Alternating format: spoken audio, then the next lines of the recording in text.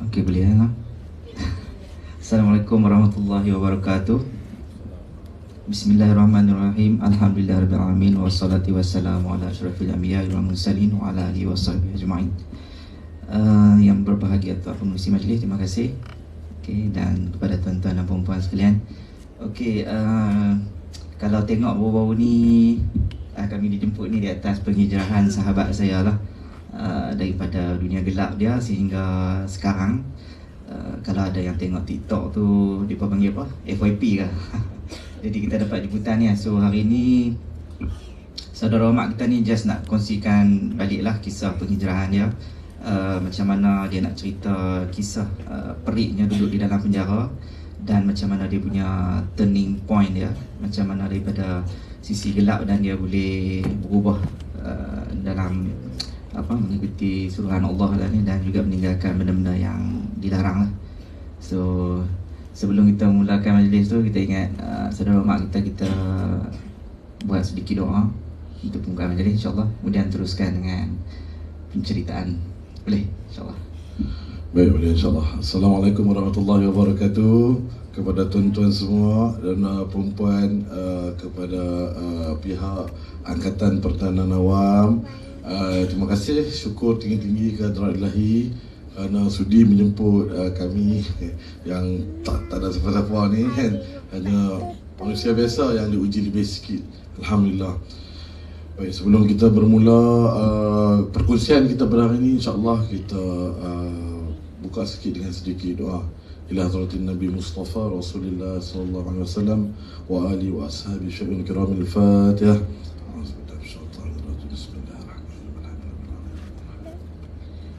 Ya, kana na'budu wa iyyaka nasta'in.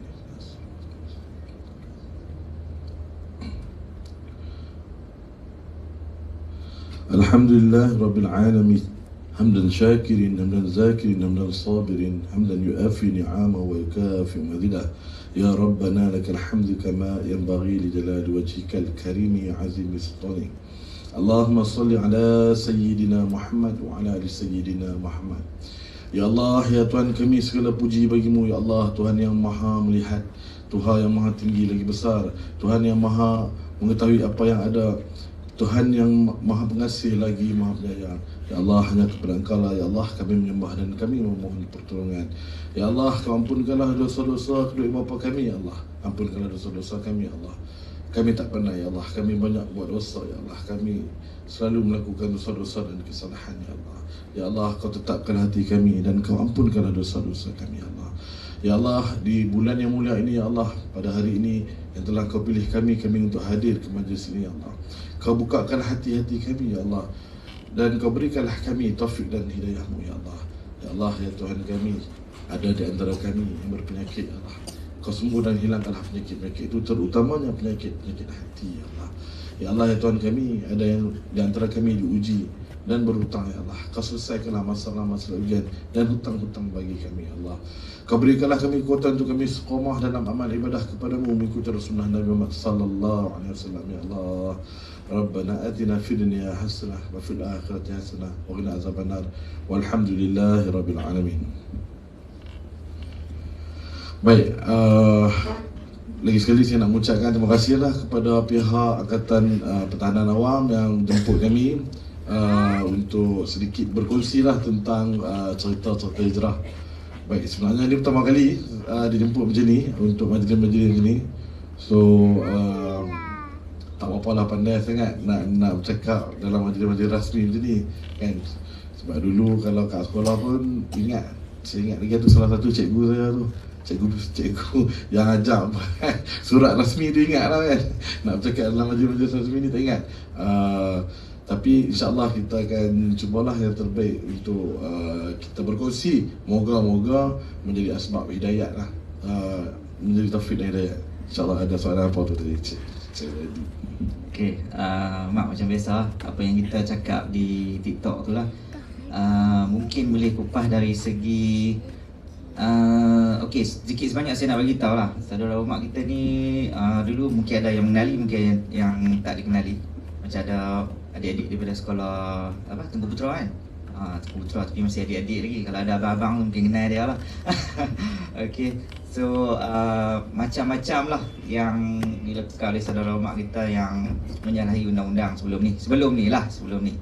Jadi kebanyakan soalan yang ditanya di dalam TikTok tu, kebanyakan nak tahu dia punya turning point. Kan selalu orang buat buat jahat ni, keluar masuk penjara ni, kadang-kadang ada yang masuk sampai 4, 5, 6 kali keluar tapi tak berubah-ubah. Memang ada. Tapi dalam pada masa tu ada juga yang boleh berubah. Contoh macam saudara mak kita ni kan. Jadi turning point tu macam mana perubahan tu dulu lah, ataupun nak cerita perjalanan dulu ke pun boleh juga. Tapi jangan lupa tentang turning point tu. Orang semua nak tahu macam mana boleh berubah ni daripada buat jahat tiba-tiba pum jadi baik. Lepas tu Masya Allah, tengok lagi baik daripada saya lah. Allah Akbar. Bismillahirrahmanirrahim. Allahumma alhimna ma rasyid amurina wa aizna min syururi nufusina. Qala rabbi shrah li sadri wa yassir li amri wahlul 'uqdatam min lisani yafqahu qawli. Baik tuan-tuan yang mulia, sebelum saya kongsikan tuan-tuan penghijrahan saya inginlah memperkenalkan sedikit latar belakang saya. Baik, nama saya Omar bin Rosali, berumur lebih kurang 39 tahun, masih muda insya-Allah. Dan saya ni betul-betul beranak surat beranak Al-Ustaz. Tapi saya daripada kecil membesar di Langkawi. Kiranya darjah 1 tu kira dekat sekolah kebangsaan Seri Negeri. Dulu sekolah tu nama dia Sekolah Kebangsaan Kuah. Baik, jadi memang kalau orang tanya, kebanyakan saya akan abang kata saya orang sini lah. Saya orang mana? Saya orang Langkawi lah. Senang nak cerita sejarah lagi, orang terang nak sampai saya orang Langkawi, orang Selena kan. Jadi orang mana? Saya orang Langkawi. Baik, sekolah anda saya pernah bersekolah di Sekolah Kebangsaan Seri Negeri yang ada kat depan ni, yang sekarang dah tukar nama jadi Sekolah Kebangsaan Seri Negeri. Dulu Sekolah Kebangsaan Kuah. Lepas tu saya pernah bersekolah di Sekolah Rendah Kelibang, kan dekat Tisuhat tu. Dan menengah saya bersekolah ni sebelah ni je. Sebelah ni kan sebelah ni. Sebelah ni kot. Sebelah ni Sekolah Menengah Masuri. Lagu Masuri tu pun saya ingat lagi, alhamdulillah. Jadi bapa saya adalah bekas anggota polis. Dan dulu saya duduk di Taman Belian ni, lama ni. Duduk di Taman Belian ni memang lama. Jadi kalau tuan-tuan nak tahu, inilah APM ni. Dulu apa dia APM ni? Tanah kosong hutan. Saya ingat dulu lah. Tapi adik-adik janganlah ada tiru. Di tempat saya tu pergi rehat. Kami sekolah pergi rehat ni. Ni perjalanan saya lah daripada Taman Belian. Kami jalan kaki dulu pergi sekolah kan.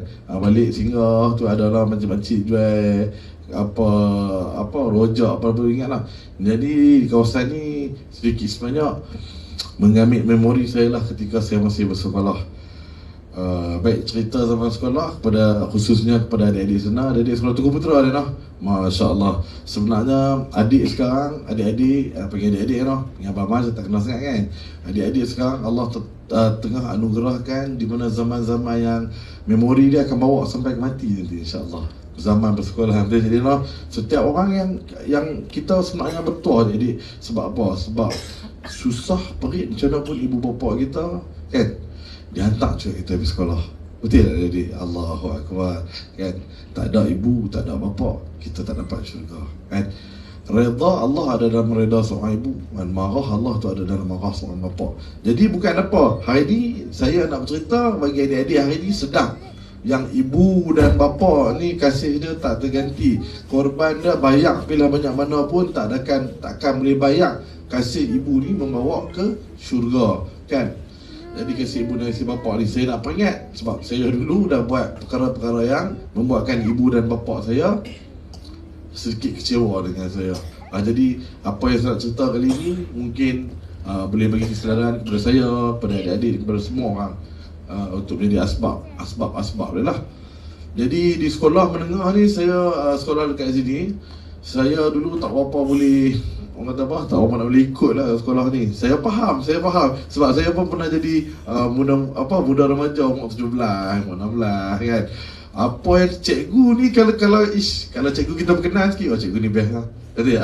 Kalau cikgu yang kita tak kenal sikit, Cikgu ni apa? Padahal itu adalah guru ni selepas ibu bapa dia ada dia punya ranking yang kita perlu taat, tuan-tuan yang mulia.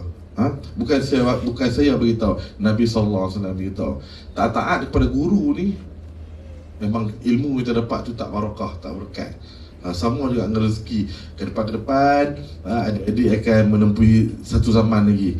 Sekarang ni zaman sekolah, zaman nak kenal dikatakan kita ni berubah setiap 7 tahun. Betul? Daripada kosong bayi sampai 7 tahun kita ni tak ingat apa-apa. Siapa-siapa kat sini boleh share tak dengan saya pertama kali benda yang dia ingat? Kita daripada kecil umur berapa tahun? Boleh share tak? Saya pun pernah ditanya soalan macam ni dan saya tak boleh jawab. Adalah ingat, tapi benda yang confirm kita ingat selepas kita berumur 6 tahun atau 7 tahun. Setengah orang 4-5 tahun, betul tak? Naik 7 tahun dan seterusnya dah naik darjah 1. Kan lepas tu naik alam remaja macam adik-adik ni lah. Macam kami ni lah anak alam remaja kan. Jadi paling penting alam remaja ni jagalah Adina. Kalau boleh kita perbanyakkan belajar ilmu agama, tentang kerohanian, tentang apa kita nak jadi sebenarnya kan. Sebenarnya kita ni dijadikan oleh Allah SWT untuk apa? Untuk kita dapat kejayaan di dunia dan juga di akhirat. Saya pun cakap pandai sekarang, dulu pun mampu teruk juga dulu, betul. Yang saya tahu dulu pergi sekolah waktu tu gila motor. Betul zaman saya dulu, zaman RGV dengan zaman SS, ingat lagi. Saya macam saya dengan dia anak-anak orang-orang kebanyakan. Jadi mak bapak kami tak mampu beli motor, tapi alhamdulillah mak bapak kami mampu hantar kami ke sekolah. Sama macam orang lain makan apa, kami pun makan. Orang lain dapat pelajaran apa, saya pun dapat. Yang paling penting mak bapak saya usaha untuk hantar saya pergi kelas-kelas tuition. Kelas-kelas tuition bukan kelas-kelas ni bayar asing untuk nak pastikan saya dapat ilmu. Saya dapat ilmu jadi orang berjaya. Kan. Jadi kita peringatlah, saya peringatkan diri saya kan dengan adik-adik hari ni balik kan. Terima kasih peluk cium mak kan. Nampak memang macam dah besar-besar tak kan nak peluk cium mak macam malu kan teman-teman lelaki kan. Tapi sebenarnya itulah dia nak dapat tiket ke syurga, peluk cium dengan mak, minta kat mak halal makan minum. Minta kat mak, minta halal susu cik pergi mak pergi cik minta halal. Benda macam ni. Nampak memang macam lawak, tapi sebenarnya inilah benda yang perlu kita katakan sebab kita tak tahu adakah kita Allah bagi kita peluang lagi atau tidak untuk kita minta ampun. Dia tak semestinya hari raya pertama je dia boleh minta ampun tak? Baik, jadi perjalanan hidup saya ni di sekolah ni saya tak adalah seorang yang cemerlang sangat, tak adalah seorang yang ketinggalan sangat. Alhamdulillah tengah-tengah.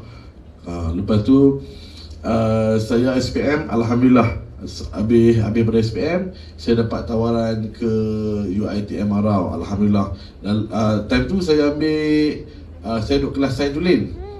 Belajar bio, belajar kimia, belajarlah macam dia belajar tu kan. Belajarlah tulang femur, fetus apa kan. Ingatlah sikit benda-benda tu. Tapi bila dah benda saya macam mana nak cakap, minat juga. Subjek bio saya minat, main dalam subjek kimia tak minat pasal dia banyak nombor-nombor, dia banyak pertambah tolak, dia banyak pangkah, dia banyak sama-sama juga tu. Jadi saya tak minat benda tu. Benda yang mengira saya kurang minat. Jadi saya punya keputusan tu alhamdulillah lah. Tapi yang main course ni saya taklah gagal, tapi teruk jugalah. Saya dapat perakaunan, belajar saya tulis. Tiba-tiba PUiTM dapat account. Memang benda yang baru nak belajar makroekonomi, mikroekonomi, apa dia saya pun tak tahu. Tapi saya silap saya ketika tu bila dah bukan dipaksa tau, macam orang lain semua masuk universiti, kawan-kawan masuk universiti, aku pun nak masuk universiti, dapat tawaran. Jadi satu tawaran tu, satu ketika tu saya pula duduk blok polis tau punya blok Taman Belian. Kalau siapa bisa lalu Taman Belian kan, blok A, blok B kan. Jadi mak-mak ni sembang-sembang, makcik-makcik ni sembang-sembang. Jadi anak hang dapat UiTM cik kan. Masuklah juga. Tapi itulah saya nak share, kita perlu perbetulkan kita punya niat dulu. Macam saya dulu masuk, apa kelebihan lah masuk UiTM ni? Oh, dapat duit BTN. Masya Allah, betul tak biasa pegang duit banyak-banyak. Sekali masuk PC kat apa, Afin Bank, ingat lagi kan, Afin Bank, berapa kali pertama dapat dekat 4,500. Masya Allah, terus jadi semangat nak belajar. Tu saya tak perbetul niat saya. Jadi apabila daripada awal saya tidak berbetul niat saya. Sebab apa saya tak berbetul niat saya? Sebab saya tak tahu siapa diri saya, dan saya tidak mengenal siapa Tuhan saya. Dan saya tidak orang kata apa, tak appreciate ke ibu bapa saya. Memang di mulut ni kata, aku sayang mak bapak aku, tapi atas perbuatan saya telah melukakan beberapa hati. Jadi daripada situlah saya tak pergi pun kelas, tak pergi apa, buat benda yang bertentangan dengan apa yang orang suruh buat bila kita belajar kan. Daripada situ saya mula semakin hari semakin lost, orang kata tidak berada di jalan yang lurus lah, tak ada. Makin hari makin melencong. Orang pergi kelas pun saya pergi duduk pegang-pegang, pergi duduk alustak, sewa kereta kan, gunakan duit itu untuk benda-benda yang tidak bermanfaat ketika itu. Sedangkan saya tak tahu Allah tengah uji saya tu kan. Benda yang paling kita takut apa? Benda yang kita takut adalah, salah satunya adalah istiraj. Istiraj ni adalah apa? Kesenangan yang Allah bagi untuk kita. Sebenarnya bukan untuk memuliakan kita, tetapi untuk menghinakan kita. Itu yang kita paling takut. Dia bagi kita mewah, apa yang kita nak semua dapat, apa yang nak, dan kita rasa kita betul, kita rasa kita best, padahal tak best pun. Masya Allah. Jadi daripada situ saya dah mula masuk ke jalan hidup yang tak betul. Daripada benda yang kecil-kecil, dia sebenarnya berpunca daripada benda-benda yang kecil-kecil. Dan kalau kita nak buat satu besar, dia tak boleh buat besar terus. Dia tak boleh tiba-tiba nak pergi aku nak pergi join geng ni cari atas Google ke, atas talian ke, dia tak ada benda-benda macam ni.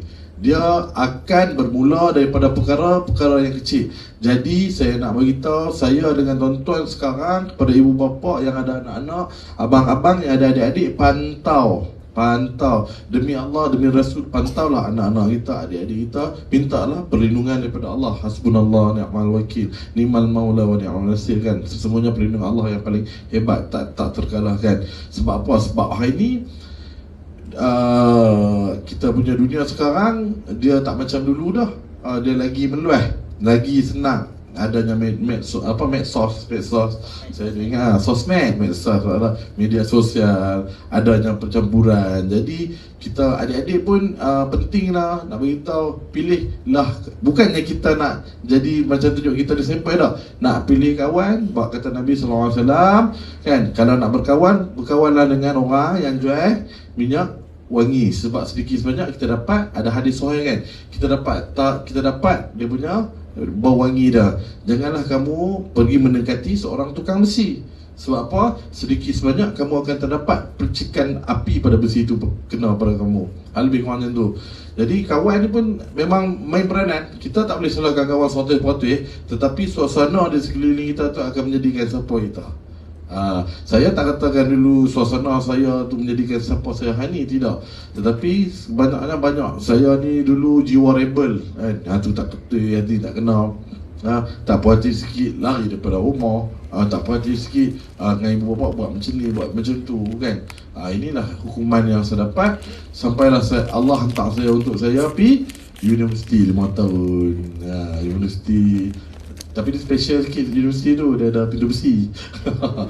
Kan, daripada situlah alhamdulillah Allah sayang, Allah hantar saya di dekat sana. Saya dapat belajar mengaji, saya dapat khatam hampir 3 kali kan dalam sana. Saya alhamdulillah Allah pilih, walaupun orang hina macam saya, pendosa macam saya, Allah izinkan saya untuk menghafaz surah Ar-Rahman, saya sedikit sebanyak surah As-Sajdah kan. Alhamdulillah dapatlah 2 ayat-ayat panjang tu. Kalau tidak, bolehlah file pendek-pendek. Qul a'udzu birabbil falaq, qul huwallahu ahad, qul ya al-kafirun. 3 tu je dulu. Masya-Allah. Lepas tu masuk dalam, belajar banyak kebaikan sebenarnya duduk dalam ni. Di antaranya kita akan menjadi lebih disiplin. Kita duduk dalam, lagi satu, kita akan menghargai kebebasan adik-adik. Dan tuan-tuan yang mulia, kebebasan ni sebenarnya kita dapat sekarang kebebasan. Kita ada kebebasan. Kebanyakan daripada kita, termasuklah saya, kadang-kadang tidak menghargai kebebasan tu. Betul? Kita bebas nak bangun pukul apa, kalau kerja pukul 8 bangun pukul 7. Kan dekat dalam tak, dekat dalam hang kena bangun pukul 6 lagi dia main tarik tu contoh tu. Tu kami panggil mercun. Pagi-pagi dia kejut, kena bangun, kena bangun solat, kena apa tu, dengan apa, bilik air yang kecil yang comel kan. Situlah ambil semayang, situlah qada nombor 2, situlah mandi. Jadi kehidupan tu di dalam square 5x5 ataupun 10x10 punya bilik. Punya Allah time tu baru nak menyesal, ya Allah ya Tuhanku kan, aku kalau tahu macam ni dulu aku tak, ya Allah taubat aku tak buat macam tu kan. Jadi tuan-tuan yang mulia, tuan-tuan dikurniakan dengan kebebasan pada hari ini, termasuklah saya. Saya amat-amat menghargai kebebasan sebab tiap-tiap hari saya apabila bangun saya akan fikir. Dulu kadang-kadang saya terbawa-bawa tuan-tuan. Terlampau lama saya dipenjarakan, sampai kadang-kadang saya terbawa-bawa mimpi. Kadang-kadang dengar pagi-pagi tu kan, kan kita nak bangun, nak solat subuh kan. Kadang-kadang terngiang-ngiang di telinga ni, wadah duk tempik, Master bangun. Sampai hari ni jadi trauma, kadang-kadang jadi trauma buat saya kan. Tapi alhamdulillah lah, disebabkan benda-benda yang macam ni, Allah dapat kuatkan hati saya kan. Alhamdulillah, anugerah yang Allah bagi sekarang. Bolehlah saya sedikit belajar untuk istiqamah lagi dan lagi kan. Jadi tuan-tuan, apabila tak ada kebebasan ni, kita jadi stuck, kita jadi stres, kita jadi kemurungan. Dan satu lagi, apabila tuan-tuan yang mengajar saya kan untuk berubah juga adalah makanan. Makan ya kan. Hari ni kan kita boleh makan apa saja yang kita nak. Betul? Pergi pasar Ramadan, boleh pilih tu, boleh pilih ni. Tahun nak minum yang soya, beli yang soya. Dekat dalam tuan-tuan tak dapat makan, tak dapat nak apa yang kita nak. Pagi-pagi dia akan bagi kat kita roti sekeping, roti Bengali dia potong. Ada dalam besar tu, besar tu dia bagi. Lepas tu dia tolak dalam tong besar tu, gedeng. Kita suara kita punya gayung. Kita tengok gayung kan. Cuma beza gayung dia, color kelabu, dia tak ada tempat pemegang. Itu je beza dia. Suara gayung dia akan tuang ayak. Ayak tu nampak macam ayak teh, cantik sedap. Minum ayak kosong semata-mata, tak ada gula, tak ada rasa apa. Cicah lah roti tu dengan ayak teh tadi, makan. Jangan komplain, jangan apa. Syukur, alhamdulillah. Bayangkan lagi kalau dalam bilik kita tu, dalam satu bilik yang berkeluasan 10x10 ni, ni bukan saya nak cakap ni tidak, tapi inilah realiti. Dalam tu lah kita makan, dalam tu lah kita qada hajat. Tengah member dah makan, sini bagus punya duk nombor 2. Faham kan nombor 2 kan? Ada nombor 2. Kadang-kadang kita tak makan, tak boleh kita lapar, kita terpaksa makan dalam keadaan macam tu. Nampak hari ni Allah muliakan tuan-tuan. Hari ni Allah muliakan saya dan tuan-tuan. Allah bagi kita makan di tempat-tempat yang elok. Kalau makan dengan family kan, dengan makanan-makanan yang bersih, makanan-makanan yang sihat, tempat yang elok kan. Tetapi apabila sampai ke tempat macam tu, sampai macam tu, dia makan bukan ni, makan ada sekali dengan perisa tambahan bau. makan kena makan. Dan ada hari-hari dia akan tolak kanji kan. Hari makan bubuk kanji, cedok kanji, nasi kanji tak ada. Minum ayak saja semata-mata, ayak merah. Baguslah ayak merah, cuci. Dia berkata cuci buah pinggang boleh. Tapi kalau hari makan ayak merah tu saja, terus nak tunggu pukul 12, pukul 1 lagi nak makan pula. Lagi makanan yang sampai pula pukul 12 pula. Ya Allah, ya Tuhanku. Syukur, memang syukur. Tapi lama-lama pun jadi semok juga, betul. Sebab apa? Sebab makanan yang sampai pukul 12 lagi, makan ada kot 3 mulut. 3 mulut nasi habis. Itu saja ration untuk hamba kan. Ada 3 kali cedok. Kalau saya agak-agak ni tank TZM ni memang teruk tuan-tuan, betul. Minum air lagi banyak. Betul. Kadang-kadang roti pagi tu campur kelai dengan nasi tu, buat makanan nak bagi kenyang sikit makan. Makanan 2 perkara lah yang banyak membuatkan asasnya lah yang membuatkan banyak orang tak tahan di dalam penjara ni adalah makanan. Makanan yang pertama, yang kedua kebebasan. Kalau duduk di dalam penjara ni, kita duduk dalam gelap, dia sayap, dia panjang macam bilik macam ni, cuma bilik macam ni dia ada aircon. Penjara tak ada aircon, kipas tak ada. Panas-panas lah nasib lah. Dia memanjang macam dalam trek 100 meter tu kan. Ada bilik-bilik. Bawah bilik 20 bilik, atas 20 bilik. Bawah sebelah sana 20 bilik, atas 20 bilik. Kita duduk dalam tu saja. Kita tak boleh nak keluar. Jadi kadang-kadang apabila kita ni dapat ration ke Padang contohnya, ya Allah, tengok rumput pun seronok betul. Tak ada kebahasan. Kadang-kadang keluar si member-member keluar ambil tanah, cik sapu kat muka. Buat sampai.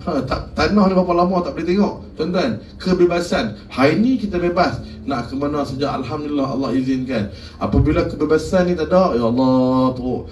Yang kedua memanglah makanan. Jadi ini di antara dua perkara lah yang membuatkan, di antara lah turning point saya yang membuatkan saya betul-betul tak tahan lah. Bagi kat aku 100,000, bagi kat saya 2 juta pun saya tak masuk lah. Allah seksa tuan-tuan. Ini baru 1% saya cerita kat tuan-tuan kesengsaraan apabila kita buat salah. Ini baru salah kat dunia. Kan baru buat salah kena tak tahan. Itu belum kena pukul lagi. Di sana paling popular pukul tapak kaki. Kan, gangster ke, hang kuat ke, hang apa kat luar. Jadi diri ni, apa yang kita rasa kat luar ni, masuk dalam kita tinggal besar tu ya. Demi Allah.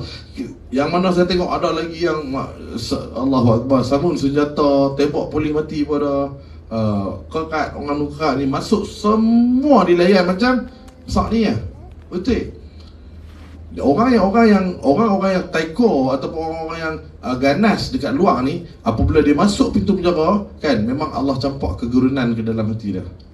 Automatik dia akan jadi, Allah, aku rasa aku kuat ni, geng di mana? Geng semua kat luar. Tuan-tuan ada kabel dengan orang-orang besar-besar. Orang besar-besar hanya boleh bercakap. Tuan-tuan ada duit tak boleh bawa masuk. Tuan-tuan ada kereta hebat, tuan-tuan ada tilam Vono, tak boleh bawa masuk. Semua tidur atas lantai, pakai blanket. Kan? Lepas tu dia punya warder memang dia ni ditrain untuk menakut-nakutkan banduan-banduan tadi. Memang dia punya macam tu, psycho. Setiap jabatan dia ada kelebihan dia. Jabatan penjara memang dia dilatih untuk, sebab yang masuk ni macam-macam punya perangai tuan-tuan. Yang ibu dan bapa yang hadirat yang ada kat sini, tuan-tuan yang mulia, kan, ibu-ibu, bapa-bapa yang ada anak, 3 orang anak, 3 jenis perangai tu. Anak yang ni macam ni, anak yang tu macam tu. Kan, tu pun kadang-kadang tak takut kita, betul tak? Tapi di dalam ni hampir ada 2,000 orang, 3,000 orang yang perangai macam-macam. Yang bagi mereka kesalahan memukul atau mencederakan ni biasa bagi mereka. Kan? Jadi di sinilah bercampurnya beberapa orang-orang yang tak boleh nak ikut. Macam-macam saya pernah tengok, tuan-tuan. Tapak masuk dalam bilik, kan, jalan elok, keluar jalan kena pakai tongkat, tu biasa tuan-tuan. Dia ada beberapa perkara. Dan yang paling saya nak share dengan tuan-tuan, benda-benda yang paling saya tak tahan. Saya dulu bekerja dengan, dalam penjara ni, banduan-banduan ni dia akan bagi kerja. Semua kerja banduan akan buat. Warder dia tak buat, warder dia pegang kunci saja dengan record office. Benda-benda yang penting ni, sign ni semua warder-warder yang pegang. Jadi bila di dalam penjara ni, masak banduan, potong rumput banduan, kebersihan pun banduan, cuci toilet semua banduan. Baik, jadi salah satu kerja yang banduan paling tak mau adalah kerja dekat HA. Kami panggil tempat rawatan dalam ni HA. Sebenarnya HA tu nama panggilan untuk nurse tu kan, yang pakai baju biru tu, HA kan. Tapi tak tahulah, memang ada mereka panggil HA. Yang paling orang tak mau kerja sini, sebab apa? Sebab bila nanti ada banduan kena rotan, banduan di rotan ni adalah benda yang orang paling tak mau. Sebab apa? Banduan-banduan ni, macam saya dulu saya kerja rotan, saya tengok rotan ni hari-hari depan mata saya. Tuan-tuan yang mulia, nak cerita sikit, rotan ni adalah satu benda yang Allahu Akbar. Bagi saya lah, hukuman ni dicipta bukan untuk manusia.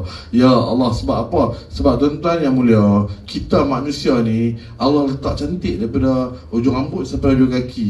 Lepas tu nak dipadankan dengan rotan tu. Satu rotan, dia akan, orang yang nak rotan ni, dia akan tarik orang ni. Orang ni dia kena lapor kat tuan, saya sekian akan menjalani hukuman sebab berapa-berapa. Tuan-tuan bayangkan maksimum rotan yang saya pernah tengok 24 sebatan, 24 kali. Pengsan selagi dia ada doktor tau tuan-tuan, dia ada satu doktor. Doktor ni biasalah. Doktor ni kadang-kadang saya tengok macam adik-adik belakang tu, perempuan yang muda-muda, tapi hati dia betul-betul keren punya hati. Betul, dia dah terbiasa tengok benda ni. Dia akan ada satu tuan timbalan pengarah ataupun tuan pengarah dan tukang sebat. Baik, sebelum nak masuk ke bilik sebat ni, orang yang nak kena sebat ni, satu hari dia akan ada 20 ke 30 orang sebat. Dia akan jalan yang banyak dulu, baru dia akan turun. Kalau hari tu ada 20 sebat, dia akan jalan 20 sebat dulu. Lepas tu baru dia akan turun pergi 15, dia akan turun pergi 10, sampailah orang yang ada satu sebat. Baik, jadi bandar-bandar ni akan diasingkan. Sebelum depa ni di rotan, depa ni check lah. Jangan tipu lah kata, saya lemah semangat pun tiba. Saya ni ada jantung, doktor akan check. Kamu ada jantung, tak kuat, boleh kena rotan. Rotan senang. Saya ada kecil manis. Kita kalau nak buat punya takut, nak tipu abang kata kita ada penyakit, doktor dia akan check. Kita tak boleh tipu. Doktor yang bertauliah. Jadi sebelum nak masuk ni dekat dalam ni, wadah-wadah dia akan training. Dia akan training dulu. Dia tengok dia sebab bantai tu. Saya duduk ada lah kat luar. Saya ni tukang angkat lagi. Tukang bersih. Tu lagi bila kena tibai tu lagi, dia punya daging tu akan pecah, jatuh dekat rantai ni. Kami lah tukang sapu, tukang mop tuan-tuan. Nak abang nak bagi tahu kata peritnya, siksanya hukuman yang dijalankan. Bukan nak cakap buat salah, kita tak buat salah. Kita main motor, beli barang motor, tengok pak sebelah memiliki barang curi, member jual kita barang curi, kena juga. Kita naik motor berkumpulan secara haram, 2 rotan sekarang. Tak payahlah tuan-tuan, saya nak share supaya tak lalui apa yang orang yang dah lalui. Perit, memang perit. Bila dia tarik, bila dah habis tu, dia akan tarik kepala ni, belakang kepala ni, dia akan pegang dia. Habis cakap tu, dia akan tarik macam nak tarik apa sebelah. Akan tarik ke kayu dia tu kan. Dia akan tutup mata supaya tak nampak tukang sebat. So kalau nampak tukang sebat lagi, tak faham lagi, aku kat luar tu aku cari balik kat orang kan. Jadi prosedur dia memang tak nampak tukang sebat. Dia tarik di sana, dia akan ikat dekat bahagian belakang ni, dekat bahagian belakang tu dia akan bogelkan lah di belakang tu. Jadi dia ada macam kulit tu, bahagian tu saja nampak. Okay.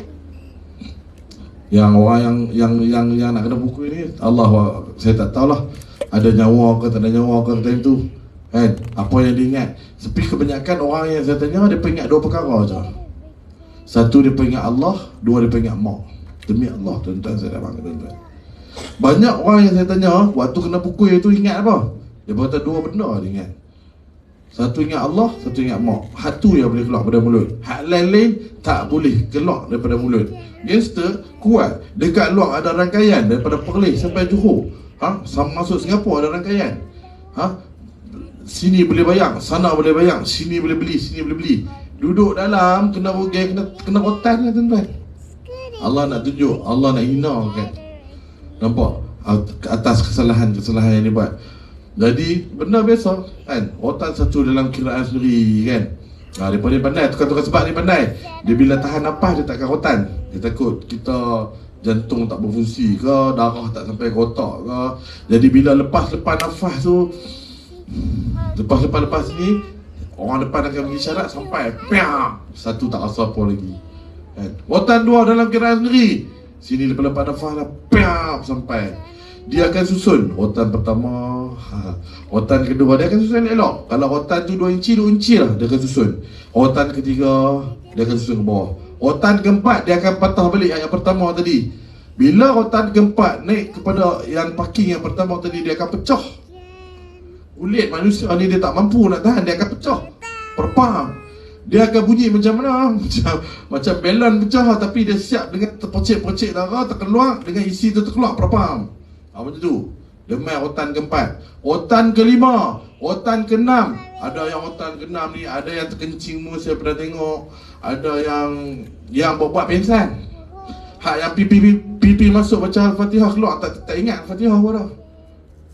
Hak masuk buat pingsan. Buat pingsan, kena otan, jaga balik. Doktor kata jalan. Dia cuma akan, kalau tak tahan sangat, otan ke-12 tu dia akan berhenti set. Waktu tu memang tak nampak dah. Macam bahagian belakang ni memang tak nampak dah. Dia pecah teruk, tuan-tuan. Ya Allah, saya tengok kita tak boleh nak bantu. Itulah orang yang kena otan tu pun selalu kata, kalau aku tahu macam ni aku tak buat. Selalunya macam tu. Sebab apa? Sebab Allah sayang tu. Kan? Setengah orang dia kata ujian. Setengah orang kata problem, masalah ni tak ada, dia ujian. Setengah orang lagi bagus, dia kata bukan ujian, peringatan. Setiap kali Allah datangkan kepada kita musibah, kan, setiap kali Allah datangkan kepada kita bagi kita kata masalah tu adalah sebenarnya peringatan. Sebab apa? Sebab manusia ni apabila dia dalam keadaan yang hujung-hujung, keadaan dia teruk, keadaan dia memang teruk-teruk ni, kan, apabila muka berada dekat dengan tanah ni, mesti dia akan ingat pada Allah. Allah, tolonglah aku, ya Allah, aku tak tahan, sakit, ya Allah. Ya Allah, rasa macam nak mati, tapi tak mati pun. Selagi nyawa ni ada, terbagi. Saya pernah tengok orang tu di jalan 22 rotan. Dia maksimum 24 rotan. 20 rotan ke-12 ni dia punya ni kena lap. Lepas tu tukar rotan dia kena tukar. Dia macam main badminton tapi tukar dia punya rotan tu kena tukar. Dia tukar. Lepas tu rotan yang lama dia akan rendam dalam apa tah macam sejenis asid lah untuk cuci, untuk clearkan rotan tu. Kan? Dah sampai tahap macam tu. Yang kawan ni dah lembek. Ada yang mengelupong sampai terbuka ikatan-ikatan yang diikat dengan tali kulit yang kuat tu. Masya Allah. Nak tak nak kena terima. Tukang rotan, dia tak akan reducekan dia punya tenaga. Dia akan dapat rehat. Beberapa saat dia akan dapat rehat untuk dia ambil nafas dia pula. Dia punya rotan bukan macam tu, tuan-tuan. Dia akan tarik rotan pertama dalam masa kiraan sendiri. Dia akan tarik macam ni. Habis kuat dia akan, Allahu Akbar. Tengok yang jenis-jenis main tenis, yang jenis-jenis main badminton, yang jenis pergi kat gym tu. Allahu Akbar. Bila dah habis, okey, yang di rotan tadi, kita akan rotan stretcher. Inilah kerja saya dulu. Saya hari tengok orang kena rotan.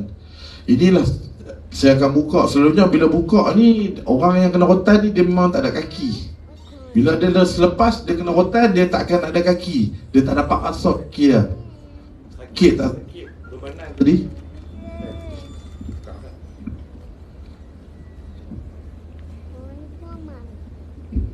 Sakit tak sakit tadi, dia takkan rasa kaki. Selalunya buka-buka kita kena papah dah. Kalau tidak dia jatuh, terjelepuk. Jadi kita akan baringkan di atas stretcher, baringkan menerapkan di atas stretcher dan kita angkat. Yang tukang bawa masuk dalam lah. Lepas tu doktor kan check lah. Tak apa, hidup lagi. Dalam penjara ni lebih kurang lah. Dia rasa nafas, dia rasa nadi elok, hidup lagi, jalan. Pecah ke apa ke, bawa boleh blok. Saya ni lah dengan kawan saya seorang lagi, tukang kutip-kutip daging. Daging-daging yang pecah tadi, daging-daging yang lebih-lebihan tadi, saya lah tukang sapu. Bubuh apa, iodin, tempat tu lap tempat yang mereka sandang tu hari-hari sapu. Jadi saya kira di antara banduan yang kerja lama tu, kebanyakan banduan kerja hari pertama muntah. Kerja sapu-sapu muntah, tak tahan, balik blok hitam, tengok darah, banyak darah. Jadi saya di antara banduan yang stay kat situ. Sebab apa? Kelebihan bila buat kerja, kita kerja ni kita makan ada lebih sikit, kan? Kita punya order cikgu-cikgu adalah belanja kita makan sedap-sedap sikit, kan? Jadi tuan-tuan nak beritahu kat dalam ni pun tak ada ais tak ada. Dia minum air biasa saja. Kadang-kadang air biasa tak ada, minum air paip. Itu standard makanan dalam penjara. Jadi saya nampak kat sini kebebasan dan juga makanan. Di antara faktor-faktor harian kita lah yang membuat kata aku, kalau boleh aku tak mau dah. Orang bagi duit free pun aku tak mau balik ni taubat tak buat. Tapi kebanyakan ni adalah statistik, daripada 10 orang yang keluar, 8 yang akan masuk balik.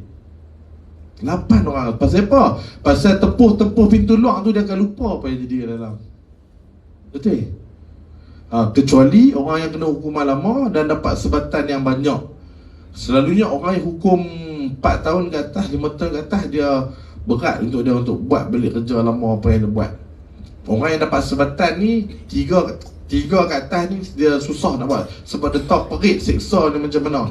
Dia takkan nak buat. Setiap kali nak buat dia akan trigger, dia akan ingat, aku kena tu pun hari ni. Dia lagi satu tuan-tuan, orang yang kena sebatan ni parut dia akan tinggal seumur hidup. Seumur hidup dia akan lekat. Dia nampak macam line hitam Adidas tu. Betul. Dia kalau ada seumur hidup. Kawan-kawan saya ni banyak ada pergi sampai Penang skin specialist kan. Tembak laser lah apa macam tu lah tuan-tuan. Dia tetap ada parut tu. Memang kesan yang dia nak bagi. Dia kata setiap kali dia mandi kadang-kadang tengok kan, teringat, terkenang. Jadi tuan-tuan, saya nak ajak semua-semua kan, adik-adik, kakak-kakak, ibu-ibu kan, bapa-bapa, cikgu-cikgu dan semua orang. Kita hidup di dunia ni, Allah bagi kita pilihan. Pilihan tu yang menentukan siapa kita. Di belakang pilihan tu Allah akan kurniakan kita kesungguhan dan kekuatan apa yang kita nak. Macam tuan-tuan ni adik-adik belajar, Allah akan bagi kurniakan kesungguhan dan kekuatan. Jadi hari ni kita hidup ada pilihan. Pilihlah perkara-perkara yang tidak membawa kita ke arah kesakitan yang macam saya cerita tadi. Pilihlah benda perkara-perkara yang akan dapat membanggakan ibu bapa. Memang saya pun daripada kecil sampai saya besar, pilihlah ceramah mana pun orang akan cakap benda yang sama. Ustaz akan cakap benda yang sama, cikgu-cikgu akan cakap benda yang sama. PKM akan cakap benda yang sama. Kan? Apa dah benda yang sama? Sebab benda tu benda yang betul. Kan? Hormat guru, hormat taat kepada ibu bapa, ikut taat kepada perintah Allah, ikut cara sunnah Nabi Muhammad sallallahu alaihi wasallam. Insya-Allah kamu akan dapat kejayaan di dunia dan di akhirat. Masya-Allah, tu sekali cakap panjang kan. Minta maaf kalau tak ada break.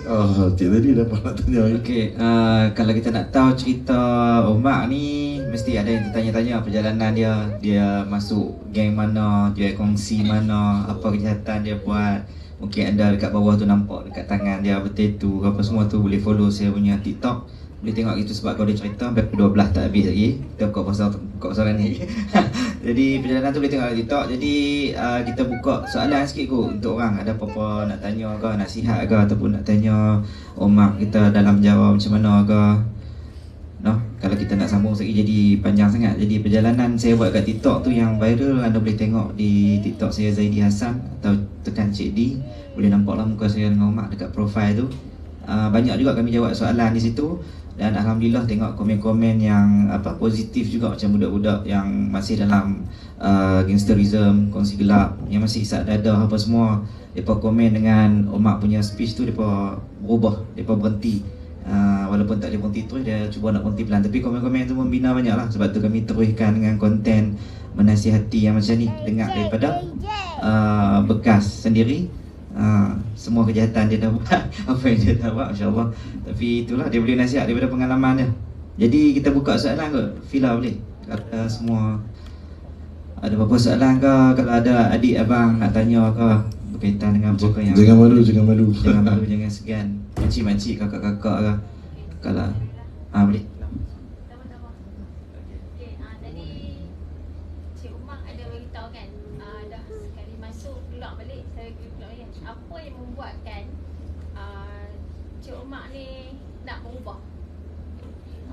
Betul-betul turning point tu lah yang cerita. Allahumma salli ala Sayyidina Muhammad wa ala ali Sayyidina Muhammad. Baik, soalan daripada saudara kita tadi, dia tanya, saya pengalaman saya 3 kali keluar masuk 2 kali terlepas tali gantung, dan kali terakhir saya kena 5 tahun. Jadi apa yang membuatkan saya betul-betul nak berubah ni tuan-tuan? Di antaranya adalah ketika kali ketiga saya dihukum, saya jatuh hukuman 5 tahun, tapi tak ada kesempatan. Saya tidak sempat untuk Allah SWT. Saya tak sempat untuk berjumpa dengan arwah kakak saya. Kita ni sekahak-kahak mana seorang lelaki lah. Kalau orang Kedah kata kahak lah. Kalau kata orang-orang belah-belah sana kata apa, debek, Kelantan ke debek. Dia kalau main dengan anak, isteri, ibu dan bapa, dengan orang yang kita sayang, dia akan main. Allah akan pusingkan, Allah akan bolak-balikkan hati kita. Jadi ketika 2020, saya ni tuan-tuan, time tu saya duduk payroll. Payroll ni memang duduk kat luar, tapi you punya status masih lagi banduan. Dia panggil ODT, orang dalam tahanan. Jadi 7 pagi, 7 pagi, 7 petang. Yang tuan-tuan boleh ada sekitar tempat kerja saja. Habis pukul 7 kena masuk bilik. Dia kena kurung dalam bilik, tak boleh keluar, tak boleh apa. Nak semayang dalam bilik. Bilik mandi semua dalam tu. Jadi saya satu hari ni pegawai payroll lah pegawai payroll dia main kat saya, dia kata, dia panggil Zat. Saya pun dah tak sedap hati ni kan, tengok. Sebab apa? Sebab pegawai penjara ni dia jarang baik kan tuan-tuan. Dia selalu kalau pi ni, Ahmad, kalau demai lembut itu mestilah 2 berita, 1 kematian, 1 fail penceraian. Selalunya macam tu. Yang membuatkan banyak banduan tension dalam ni, kematian dengan kes isu-isu penceraian. Jadi dia main slow, dia panggil saya, main Zat, apa? Saya pun tahu dah, Allahu Akbar. Dalam hati ni banyak duk selawat, banyak duk istighfar ni, apalah berita aku nak dapat ni. Dia main kat saya, dia pun apak kat saya. Kan, pelik bagaimana dia kena baik je ni. Dia pun peluk saya, pelik. Dia kata, kamu kuat dah, Allahu Akbar. Apa nak berita aku nak dapat ni. Tapi saya pun fikir, ni lah benda yang aku dah buat, aku kena tanggung. Dan aku kena tanggung. Dia kata, saya harap kamu kuat lah, kakak kamu dah meninggal. Allahu Akbar. Itu saya, benda ni saya takkan lupa selagi saya hidup. Saya takkan lupa. Itu arwah kakak saya meninggal. Saya bayangkan kalau saya tak dapat peluang untuk mengimamkan jenazah ibu dan bapa saya sendiri, macam mana. Jadi daripada situ saya betul-betul bagi tahu diri saya lah, teruk macam mana pun aku, teruk macam mana pun dugaan kat luar, aku tak mahu dah masuk. Aku tak mahu dah masuk. Sekurang-kurangnya kat luar aku boleh tengok. Saya tak sempat nak tengok wajah kakak saya kali terakhir. Saya duduk payroll, memang saya dapat pergi melawat ke Subang Jaya tu. Tapi time tu arwah kakak saya dah ditanam. Arwah kakak saya orang dah tanam dah. Saya dapat tengok kubur je saja. Syukur juga dapat juga tengok kubur. Tapi itulah di antara perkara yang saya takkan lupa, yang membuatkan saya betul-betul 3 kali. Dan saya pun fikir, saya pun 3 kali lah. 2 kali terlepas tali gantung. Saya terlepas tali gantung 2 kali. Saya buat lagi kali 3. Saya beritahu diri saya, Omar, kalau buat 2 kali, kali ketiga, InsyaAllah tuan-tuan doakan saya lah supaya saya kuat dan istiqamah. Cepat. Dah habis kat film ke-7 kan Bila kan? Ada apa-apa soalan lagi tak? Sebelum kita akhiri. Dah baca.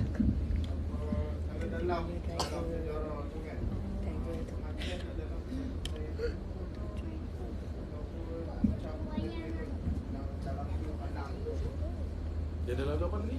Dia macam kegaduhan,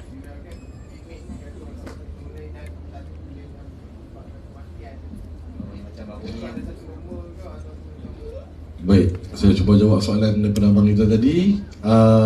Pertanyaan dia, adakah bila inmate ataupun para banduan bergaduh dan kematian itu adakah satu perkara yang normal dalam penjara? Baik, sejujurnya saya cakap kepada tuan-tuan yang mulia, kan, benda tu biasa. Benda tu biasa. Cuma apabila satu-satu tempat dia tidak penjara ni dia termasuk di dalam rahsia di bawah Kementerian Dalam Negeri, dia rahsia apa di antara jabatan-jabatan yang banyak kerahsiaan dia.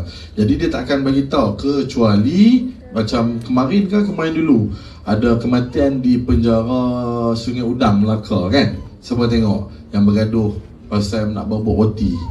Berebut roti tuan-tuan boleh bawa kematian kat dalam penjara. Sebab lapar itu benda yang pasti, benda yang kita tak boleh. Ubat bagi lapar ni makan je. Betul tuan-tuan? Kita tak ada jalan lain. Boleh tak lapar tidur? tidur kaki dekat ni. Bayangkan dekat dalam sana dengan stres, dengan banyak masalah, dengan tak ada barang, dengan tak ada makan pula sampai 3 kali cedok habis. Dia ada timbangan dia tuan-tuan. Nasi itu dia 150 gram tak salah saya. Cuba balik timbang nasi 150 gram macam mana. Ayam dia takkan lebih pada 200 gram ke 180 gram. Dia memang dibuat khas untuk banduan. Banduan ni dia kalau masuk 78, dia akan kalau 6 bulan dia akan susut 10 kilo tetap. Saya masuk 80 lebih tak sampai sebulan pun mak saya main melawak saya menangis. Dia kata, Allah, makanan tak cukup. Itulah ada sistem jumpak tu. Yang main jumpak boleh Maggi. Bolehlah makan Maggi dengan nasi tu tuan. Tapi still dia punya protein tak cukup. Jadi pertanyaan abang saya tadi, zaman sekarang dia dah kurang sedikit.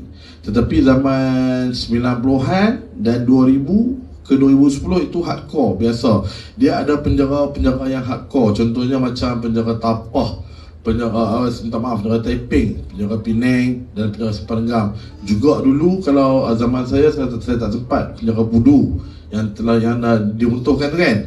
Ataupun kalau belah Penang ni dia Pulau Jorjok. Di situ memang hardcore. Penjara-penjara hardcore ni penjara-penjara yang mana hukuman-hukuman jenayah-jenayah berat dan tak di situ. Apabila selalunya yang jadi gaduh ni, trigger untuk bergaduh ni orang yang kena hukuman lama dan hukuman hayat. Hayat ni dia akan duduk sampailah nafas dia habis. Sepanjang hayat, selagi dia ada hayat, dia akan duduk dalam penjara tu. Jadi kebanyakan orang hayat, dia punya pemikiran dia macam ni. Aku buat apa pun sama juga. Aku bunuh orang. Dia kalau tak salah saya di dalam penjara, kalau berlakunya kes kematian, dia tidak akan lekat 302. Yang ni bunuh dengan niat, dia tak boleh lekat. Sebab dia di bawah kawalan. Dia paling tinggi boleh cas 304. Bunuh tanpa niat. Jadi bila dah serabut dekat dalam ni, kalau kita bunuh orang sekalipun habis kuat, kita tambah lagi 20 tahun. Macam tu. Jadi bila kat dalam ni, untuk nak bergaduh ataupun sampai kematian ni biasa. Cuma untuk orang awam tahu dengan tak tahu, sampai dengan tak sampai je berita tu, kita tak dapat pastikan. Tapi biasa. Moga-moga dapat menjawab soalan abang tu lah. Okey, ada apa soalan lagi? 4 minit lagi. 4 minit lagi, okey. Dua lagi tak apa? Bagi tuan tu saya kira mula lah. Okey. Assalamualaikum warahmatullahi wabarakatuh. Kalau kita orang Islam, kita kata kalau yang jahat ni pergi ke dalam penjara ni dapat hidayah lah. Berubah lah. Kalau lain-lain bangsa tu macam mana pula keadaan? Soalan yang bagus. Baik, terima kasih tuan. Soalan yang sangat bagus. Ini sebenarnya soalan yang apa? Yang bukan saja di dunia, membawa ke kehidupan yang abadan-abada. Tuan tadi tanya, selalunya orang Islam, orang Muslim, dia masuk dia akan dapat hidayah dan taufik, yakni petunjuk daripada Allah. Kan? Kalau orang yang bukan Islam macam mana? Baik, kita mula dengan orang Islam dulu lah. Kebanyakan tuan-tuan, orang Islam yang masuk di dalam penjara ni, saya tidak buka aib mana-mana pihak, tetapi ada yang masuk syahadah pun tak kerti mengucap. Ada kita jumpa dia asyhadu sampai ke sudah. Dan ada yang boleh mengucap syahadah, asyhadu alla ilaha illallah, bila ditanya maksud tak tahu. Itu perkara biasa. Melayu, Islam, orang Islam, nama bin, nama sekian-sekian tapi tak dapat. Jadi dekat dalam penjara ni lah banyak dia ada program-program. Sekarang punya penjara punya style adalah penahanan dan pemulihan. Kalau zaman 70-an, 80-an, 90-an ni dia banyak penahanan dan penyiksaan. Kita maaf cakap. Dia macam ni. Tapi apabila naik new government, dia tukar ke pemulihan. Pemulihan ni lepas-lepas pada PMX kena lah. Makanan pun banyak ditukar. Sebenarnya warga-warga penjara ni berkena banyak terima kasih dekat Datuk Seri Anwar. Sebab dia yang bila dia kena, dulu ada makan ikan masin. Ikan masin tu sampai berulat. Dia buat satu petition surat, tukar hantar roti, tukar dapat makan bubong, nasi bubong tu kan, bubuk ayam tu. Sekurang-kurangnya ayam dia besarkan sikit. Kalau tidak dulu dengan telur, dengan tokor pun berulat dulu. Betul. Jadi tuan-tuan yang mulia, orang kalau ada Islam dah masuk, dia akan ditekankan untuk dia kuatkan kerohanian dia, belajar tentang belajar halakah. Dia ada blog nama halakah yang mana ajakkan tentang kerohanian, ajak iman. Ya, kita boleh ajak saja kan. Dia kepada orang tu sendiri. Kalau dia betul-betul mau, insya-Allah tuan-tuan. Kebanyakan yang saya jumpa masuk alif pun tak erti sebut. Ba pun alif lepas ba ta. Ada yang alif ba lepas ba si pun dah, di pun dah. Betul? Tak erti. Tapi kita tak salahkan dia dengan kehidupan yang dia keluar. Bila masuk dalam yang kena hukum, selalunya hukuman lama-lama ni dia akan menghafaz. Dia ada satu blok dia panggil mini tahfiz. Mini tahfiz ni dia macam umur macam saya dan tuan-tuan ni nak dapat 30 juzuk ni kan, nak mutar khatam 30 juzuk ni memang macam ya Allah, sebab kita ada macam-macam perkara yang kita lihat kan. Tapi sekurang-kurangnya kalau dapat 3 juzuk tu pun kira besar dah tuan-tuan. Jadi banyak-banyak benda masuk ni dia pun dapat menghafaz. Kalau kata dapat menghafaz juzuk yang nombor 1 tu surah Al-Baqarah tu pun cukup lah. Sebab surah Al-Baqarah saja berapa muka surat tu, panjang. Kalau dapat menghafaz juzuk ke-29, juzuk ke-30 tu alhamdulillah. Kan? Banyak orang-orang yang saya tengok apabila tak solat, tak erti solat, istinja pun tak erti apa, masuk dalam tak erti. Mandi wajib pun tak erti, ada tuan-tuan. 30 tahun hidup macam mana ya Allah tak erti mandi wajib, ada. Mak kunut ni tak payah cerita lah. Kadang-kadang kena tahan sampai 2-3 bulan kat blok tu nak belajar kunut ni. Orang kunut. Tapi alhamdulillah dia punya result dia dapat yang baik. Dan sekarang soalan untuk orang yang tidak beragama. Bukan tidak beragama, orang-orang yang bukan Islam. Baik. Kebanyakan orang yang bukan Islam, dia juga ada dia punya segmen untuk dia punya pelajaran agama dia sendiri. Contohnya hari Selasa, ataupun kalau orang Kristian, beragama Kristian hari Ahad, dia akan panggil pastor-pastor atau paderi-paderi daripada luar untuk mengajar. Dia akan kumpulkan orang Kristian satu penjara tu. Kata contohnya dia ada bilangan, okey, orang Kristian ada 130 orang. Hari itu dewan ni hanya untuk orang Kristian. Paderi dia akan masuk, dia akan mengikut dayah-dayah mereka lah kan. Kalau orang Buddha tu dia adalah masuk, dia ada masuk lah dia punya sami tu ajak dia punya asas tu, roda di 8 tu kan, roda kepercayaan apa semua tu 8 tu dia ada ajak. Kalau India dia akan ada dia punya sembahyang, sami dia akan masuk untuk ajar. Tetapi tuan-tuan yang mulia, saya nak bagi tahu tuan-tuan, kebanyakan orang Hindu ni banyak masuk Islam kat dalam penjara. Saya tak tahu pasal apa. Satu, mungkin di dalam penjara ni 5 kali solid dengan azan solid. Kalau sebab dia ada dia punya mesin tau. Setiap kali masuk azan dia akan Allahu Akbar Allah. Kebanyakan orang India dia akan masuk Islam di dalam penjara ni. Alhamdulillah dekat tangan saya dan orang bilik saya kami dapat seorang. Dia bagi tahu sebab apa? Dia bagi tahu sebab dia dapat hidayah dengan azan je. Dia dulu dia tak boleh tidur. Dia subuh dia tak boleh tidur. Saya nanti pesan dia. Nama saya lupa Allah. Dia kata, "Neh, saya kejut saya." "Apa saya mau kejut bang?" "Itu kita nak abang azan ni macam mana?" Saya abang ada itu saya punya Allah sudah panggil. Pagi-pagi dia kejut saya. Saya tak bangun subuh kan kalau orang azan. Bang, itu Allah sudah panggil. Saya kata kadang-kadang rasa macam aku ni nak mati ke Allah panggil. Tuan-tuan, betul. Sampailah dia ni terbuka hati, Allah bukakan hati dia. Kan dia tanya saya, "Bang, itu Al-Fatihah tu apa?" Saya cakap budak ni dia Allah dah jentik hati dia kan. Lepas tu bang, lepas tu soalan yang paling kerap dia tanya, "Kalau mau masuk Islam kena potong ke bang?" Saya kata kena. Lepas tu dia fikir lah, tak ada macam semua gila dia macam tu. Lepas tu lama-lama dia bertanya soalan tentang Islam sampai benda ni semua Allah kan, semua Allah yang nak gerak kan. Kita ni Allah nak gunakan sebagai apa? Asbab saja tuan-tuan mulia. Di zaman Nabi Sulaiman AS, Allah tak gunakan manusia pun, Allah gunakan burung saja. Burung ni dia terbang sampai satu tempat dia tengok, satu tempat ni diperintah oleh yang dia punya raja ada perempuan yang semua penduduk dah semua duk sembah berhala. Dia balik ke Kuzari dekat Nabi Sulaiman, dia terbang punya jauh dia pergi abang. Ya Nabi Allah alaihissalam, kat tempat sekian-sekian, negeri sekian-sekian, ada seorang raja ada perempuan, dia punya penduduk semua sembah berhala. Asbab burung seekor, satu negeri Allah bagi hidayah. Jadi hari ni Allah nak mulia kita, Allah guna kita sebagai asbab.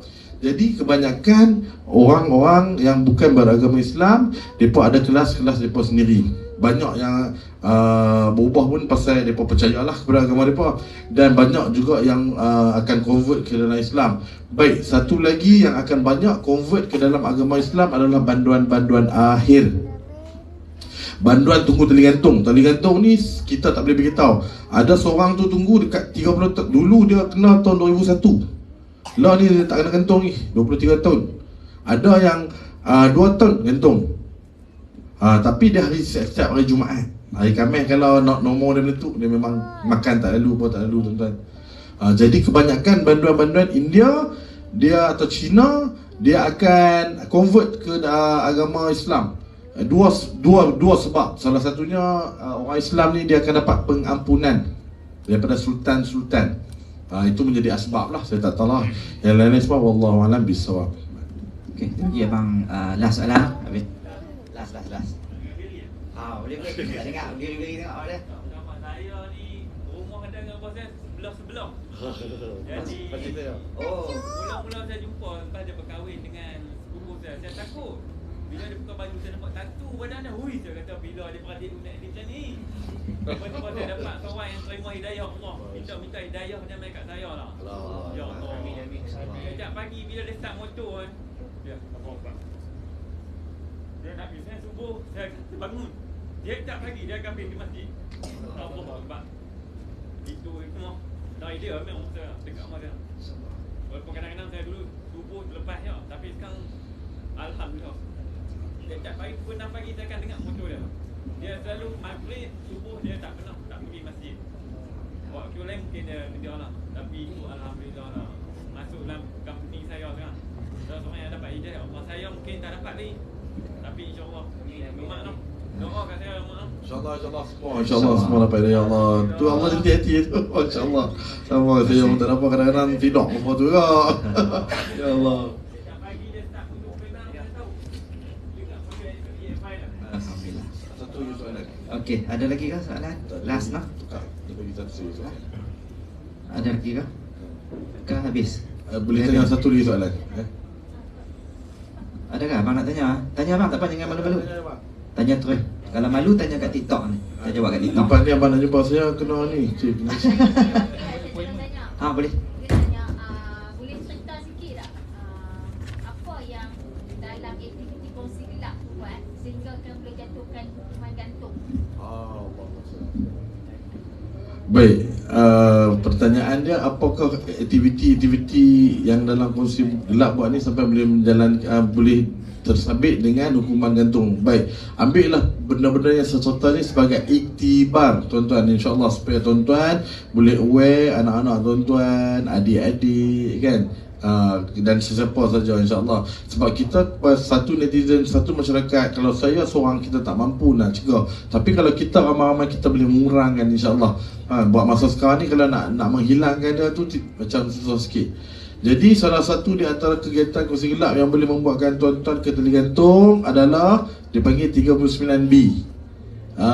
Mengedar, memproses dan menjual dadah dalam kuantiti yang banyak. Dia adalah kalau ganja ni 250 gram ataupun daripada satu ketul bata tu suku dah. Jadi dekat Malaysia ni tak boleh tuan-tuan. 250 gram ganja adalah hukuman gantung. Jadi tak payah. Lagi satu Nabi SAW pun Nabi beritahu kan, benda yang menghayalkan ni Allah haramkan. Jadi kita tak payah kan. Dulu kalau ada terjumpa ke terapa ke kawan balut ke apa ke, kita belah. Sebab kalau polis main dia tangkap kita sekali lah. Dia tak ada kata hang member tak apa, tak nak. Dia akan tangkap semua sekali. Kita tak hisap. Kita pergi lepak kawan kita kena sekali tuan-tuan. Jadi di antara yang boleh membawa ke tali gantung ni adalah dadah, ais, heroin kan, dalam keadaan banyak. Jadi tuan-tuan yang mulia nak beritahu, sekarang sebelah utara, zon utara, untuk tuan-tuan nak kena tahan proses sampai nak sebut kes. Bukan nak dapat keputusan, nak sebut kes dekat utara ni 5 tahun. Paling cepat saya pernah dengar 3 tahun. Salah tak salah pergi duduk dulu 3 tahun dalam penjara. Ada juga yang orang perempuan Orang perempuan dia tak hisap, tak apa, pergi kerja, balik kerja, pergi kerja, balik kerja. Laki dah. Kan? Tanya ada kerja, tanya ada jual kereta, tanya jual put, jual patut komisen lepas. Tak tahu polis main tangkap, kawan tu mau balik kerja, duk lena. Kena sekali. Naya tuan-tuan 3 tahun. 3 tahun.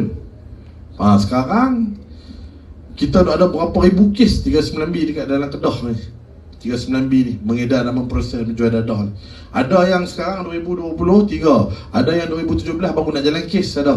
Kawan saya 2017 tangkap baru nak jalan 2023. Baru sebut kes. Tu bicara naik turun mahkamah, naik turun apa jadi artis mahkamah tengah kecil 2-3 tahun. Jadi itulah saya harap saya dapat jawab soalan brother tadi. Di antara kegiatan kursi gelap yang dapat ketergantung adalah pengedaran dan jualan dadah. Dan juga kalau macam human trafficking, kita bawa masuk, contohnya lah macam kita Langkawi ni, banyak orang-orang Langkawi ni dia seluruh orang Rohingya masuk daripada Rohingya, daripada Ranong. Okay, orang-orang Rohingya ni dia akan pergi di Ranong ni, di Ranong di Thailand ni. Di Thailand ni dikuasai oleh orang-orang Muslim Myanmar. Kalau hari ni kita nak panggil tu kan, dia kuasai tempat tu. Dia akan naik tongkang tu kalau boleh naik 30 orang, dia akan sumbat kat 200 orang kan. Yang mana kalau dalam perjalanan daripada Ranong mai Kok Kelantan, mai Kok Pipi, mai Pulau Adang, dia akan masuk Langkawi transit. Dia akan hantar ke Penang. Kalau macam tu semua boleh pergi ke hayat. Kita human trafficking sekarang boleh seumur hidup atau hayat. Jadi cerita ada shortcut, jangan buatlah kerja shortcut ni. Walaupun dapat upah yang banyak, ganjaran yang banyak, buatlah kerja yang sedikit, halal, barakah. Tapi rezeki yang Allah memang jamin rezeki tu, kita berkat rezeki tu. Macam tuan-tuan apa Jepam kan, istiqomah hari kerja, abang-abang yang berniaga, cikgu tu cikgu saya tu berapa puluh tahun jadi cikgu kan, kawan saya yang berniaga kan, ibu mertua saya yang daripada muda sampai tua kerja hotel kan. Jadi orang yang bekerja secara istiqomah walaupun sedikit, tetapi rezeki dia Allah jamin berkat. Bila berkat ni insya-Allah tuan-tuan, insya-Allah. Baik, terima kasih. Okey dah, Nabi Ana. So sebelum kita mengakhiri, saya nak beritahu kalau tuan-tuan dan puan ada masalah berkaitan dengan Along, boleh hubungi dekat saya punya TikTok. Kita boleh bagi kontak untuk tolong bantu secara percuma. Tapi ada syarat-syarat dia, tapi boleh ni lah. Syarat dia bukan